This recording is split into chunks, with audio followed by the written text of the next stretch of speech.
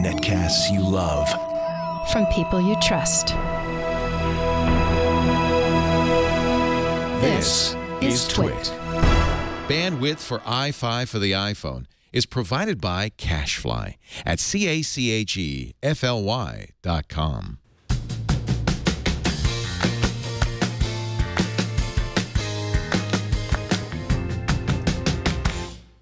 Hey everybody, I'm Sarah Lane and welcome to the newest episode of iFive for the iPhone. This show is for us, the iPhone fans, and every week we cover 5 topics from the must-have apps to the news you need to know about, so let's start the show. Number 1, and this is a really big number 1 because we get a brand new iPhone. Yep, we got the announcement last week, and now we know everything about the iPhone 5. It'll be available this Friday, September 21st, in the US, Canada, the UK, Germany, France, Australia, Japan, Singapore, and Hong Kong, and then more countries on the 28th, a week later. Even though we don't actually have an iPhone 5 on iFive until next week, I am not that powerful, even though I seem that way. Let's go over some of the big stuff and talk about our feelings. First, a bigger screen, 4 inches on the diagonal. I think I'm okay with this. I don't have a problem with the smaller phone, but I think I'm okay with 4 inches. Takes the video up to 16:9, and since Apple was able to shrink the bezel, the physical phone itself isn't that much bigger, even though the screen is quite a bit. My guess is that we're all gonna think it looks really weird and long for like a week, and then we'll just forget about it. Also, from everybody who's actually held the iPhone 5, because some people were able to at the announcement last week, it feels significantly lighter and thinner. I will be interested to see if this makes the phone feel any cheaper or flimsier. The 4S is kinda heavy, but it's always felt really solid to me, and I don't want to lose that. Finally, what about all the apps that need to be updated for that bigger screen? I hope this transition feels seamless and quick, not slow and fragmented. Oh, and in case you're wondering, I ordered mine in white, 64 gigs. Yay! Number 2, we're getting iOS 6 on Wednesday, September 19th. Whee! Now one of the things you'll no longer be able to find as a native app is YouTube. Apple's stripping it out. But that shouldn't really matter now that YouTube has an official app in the App Store.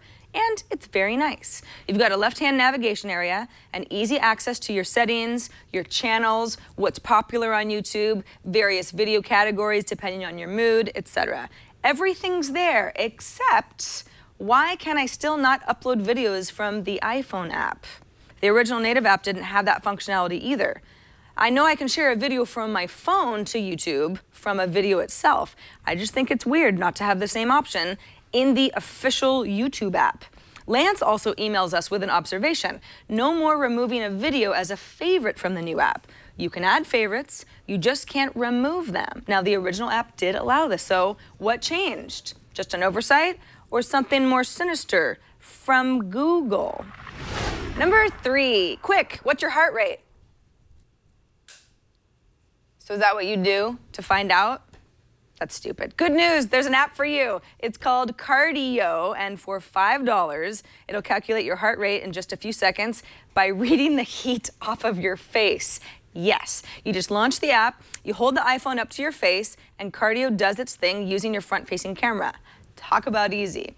Cardiio stores that information so that later when I check my heart rate after a bike ride or a long run, I have something to compare it to. I can also build up a database of my heart rate over time. If I've got a goal that I'm working toward, that can be helpful. And I can keep an eye on my life expectancy. 83 years? That's depressing. I guess I should start working out more. Don't buy this app if you don't care about measuring your heart rate regularly. $5 is too much for a novelty, but if you do, you can't do much better than an app on the phone you already have rather than some sort of strap or external gadget. And from my tests so far, I'd say it's very accurate. That's Cardiio with 2 eyes, by the way. Number 4. A few days ago, TWiT producer Chad Johnson told me about an app he'd been hearing about called Circle of 6. It's made specifically for college-age folks who might find themselves in potentially unsafe situations, but anybody can use it. So what I first do is choose 6 friends, not only that I trust, but that live in close enough proximity to me to get to me quickly in an event that I need them. Once I've chosen these people, I have the option of texting them a heads up about Circle of 6 so that they're aware of what it is beforehand.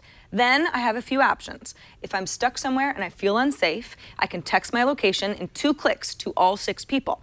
If I feel uncomfortable at a party, on a date, or some other social situation, I can ask to be interrupted so I can get out of there. Or I can give my friends an alert that I might not be in a healthy relationship, which kind of promotes the practice of being honest about stuff like that and awareness of what options are out there. An emergency icon will take me right to hotlines for assault or abuse. I know this sounds kind of heavy, a little bit scary even, but I just think if it helps people be safer as a rule, it's worth looking into. My only real question, what if you're the kind of person who really only has 5 friends that you trust to help you? It seems like functionality saying up to 6 friends makes more sense for those who like the idea of Circle of 6, but might really only want to involve a couple other people. Overall, feeling a little safer for free is always a good thing. Tell somebody you know who might need it. Let's finish on a brighter note for all of you in positive relationships. Pair, the social network for 2, has just gotten a nice update, but I realize some of you might not even be using it at all. So let me tell you how it works. You and your partner sign up to use Pair together. Now, your partner could be your spouse, your significant other, your best friend, whatever. It's just a 2-way relationship designed for 2 people. No groups, no lists, no followers, just you and your partner. Then you can send messages to each other. They're like text, but Pair uses data rather than SMS, or photos or videos, your location, which is a nice map. You can draw things for each other. You can both hold up your thumbs to your screen and perform what's called a thumb kiss. It sounds lame, but it's actually pretty cute. You could just tell your partner you're thinking of them, and so on. Audio notes are new in version 1.4, as well as an overall design refresh. Now, I've been using Pair for a solid 6 months or so, and I really like it.